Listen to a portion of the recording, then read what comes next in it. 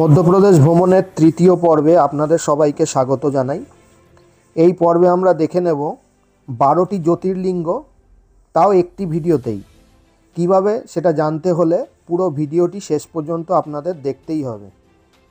এছাড়া আমরা দেখে নেব ধুয়াধার ফলস এবং নর্মদা নদীর ওপর মার্বেল রক বোটিং। তারপর আমরা দেখে নেব ব্যালেন্সিং রক, মদনমহল বা রানী দুর্গাবতী ফোর্ট,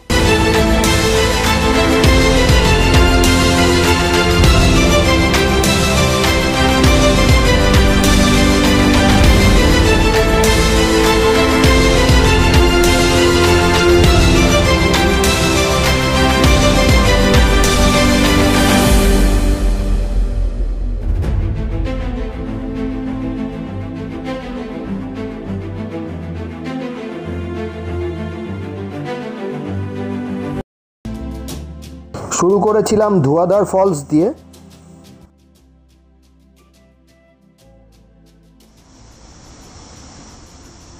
এই হচ্ছে ধুয়াধার ফলস।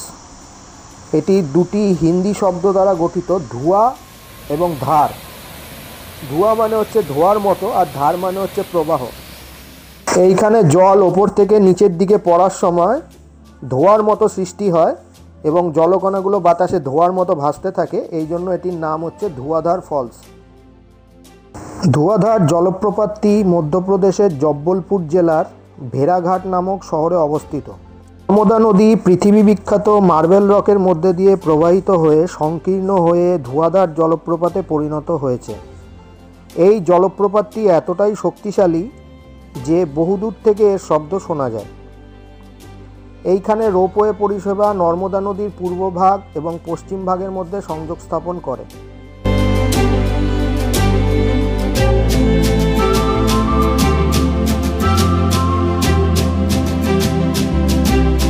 এইটা হলো নর্মদা নদীর ওপর মার্বেল রকের বোটিংয়ে যাওয়ার রাস্তা। এই যে বোটিং হচ্ছে।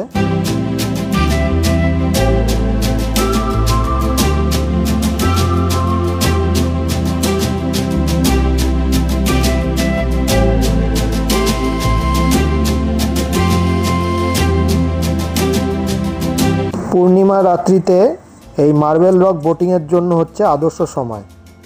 এই সময় এখানকার বোটিং এক স্বর্গীয় অনুভূতি প্রদান করে।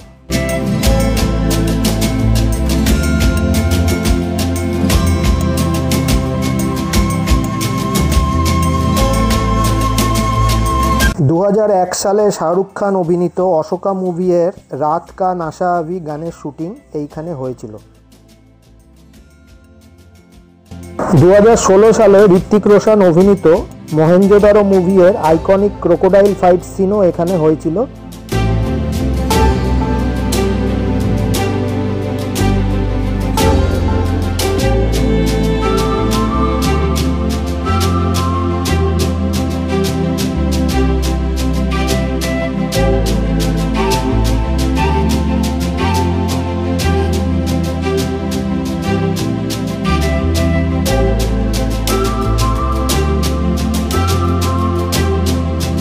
প্রথম দিকে এই মার্বেল রকের গিরিখাতটি খুবই সংকীর্ণ থাকার কারণে হনুমান এটির একদিক থেকে অপর দিকে লাফিয়ে পারাপার করতে পারত।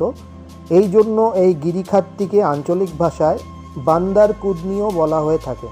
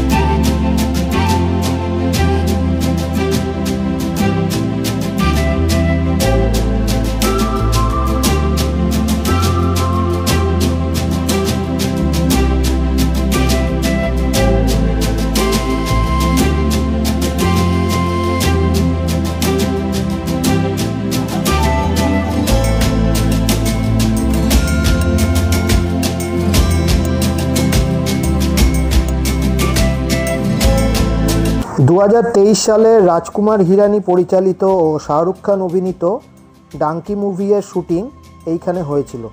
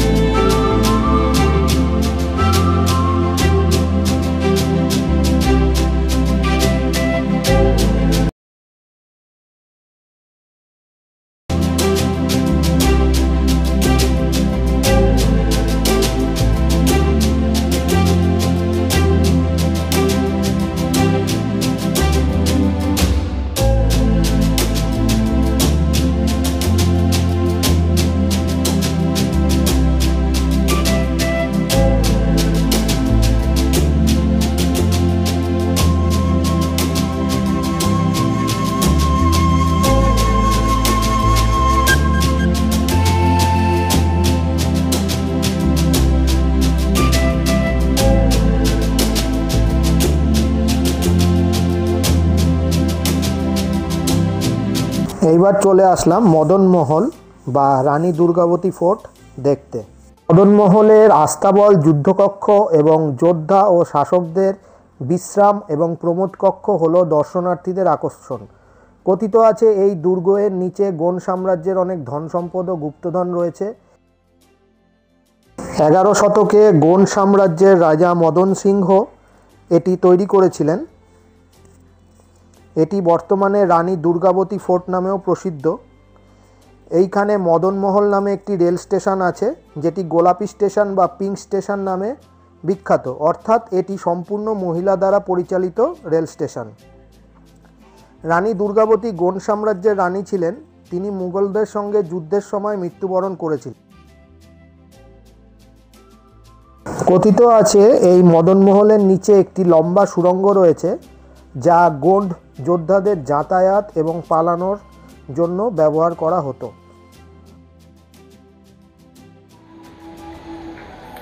এটা হচ্ছে জব্বলপুরে হোটেল RS রেসিডেন্সি।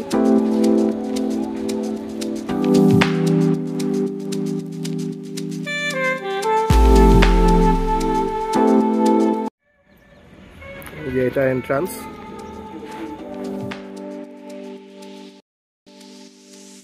জব্বলপুর হোটেলের এটা ছিল আমার রুম। এই হোটেলে আমার 2 নাইটের স্টে ছিল।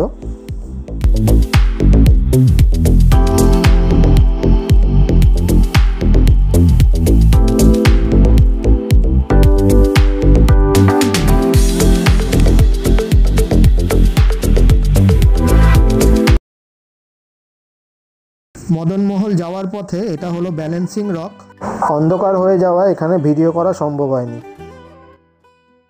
এইবার চলে আসলাম জব্বলপুরের দুমনা এয়ারপোর্ট থেকে মাত্র 20 কিলোমিটার দূরে অবস্থিত কাছনার সিটিতে। অরুণ তিওয়ারি 2001 সালে এটি তৈরি করা শুরু করেছিলেন এবং 2006 সাল থেকে এটি জনসাধারণের জন্য খুলে দেওয়া হয়। এই শিব মূর্তিটি 76 ফিট লম্বা এবং এখানে 12টি জ্যোতির্লিঙ্গের প্রতীকী রূপ আছে। হ্যাঁ, ভিডিওর ফার্স্টে যে বলেছিলাম 12টি জ্যোতির্লিঙ্গ দর্শন করাবো, সেগুলি এখানেই রয়েছে।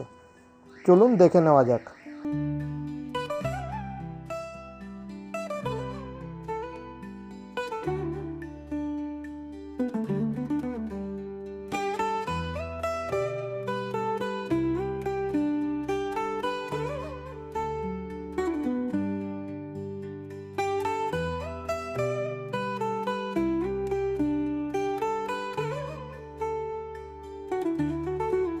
প্রথমেই আমরা দর্শন করেছিলাম শ্রী সোমনাথ।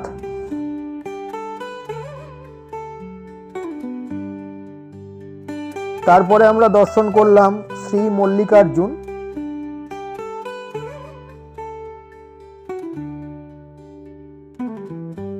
তারপর দর্শন করলাম শ্রী মহাকালেশ্বর।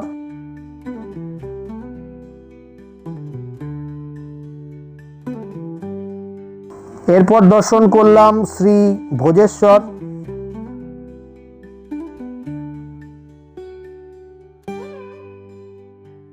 তারপর দর্শন করলাম শ্রী বৈজনাথ।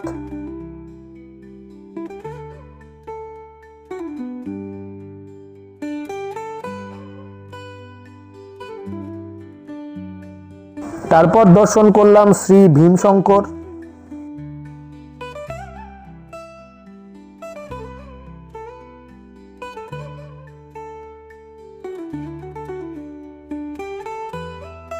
তারপর দর্শন করলাম শ্রী সোমেশ্বর।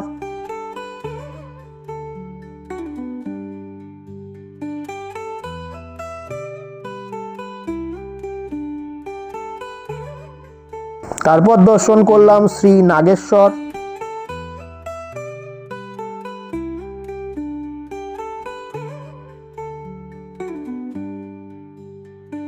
দর্শন করলাম শ্রী বিশ্বনাথ। এরপর দর্শন করলাম শ্রী ত্রিম্বকেশ্বর।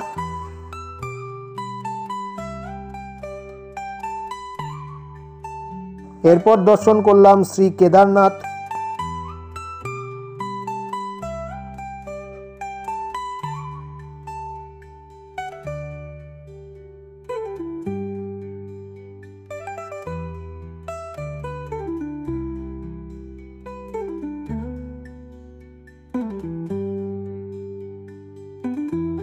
দর্শন করলাম শ্রী ঘৃষ্ণেশ্বর।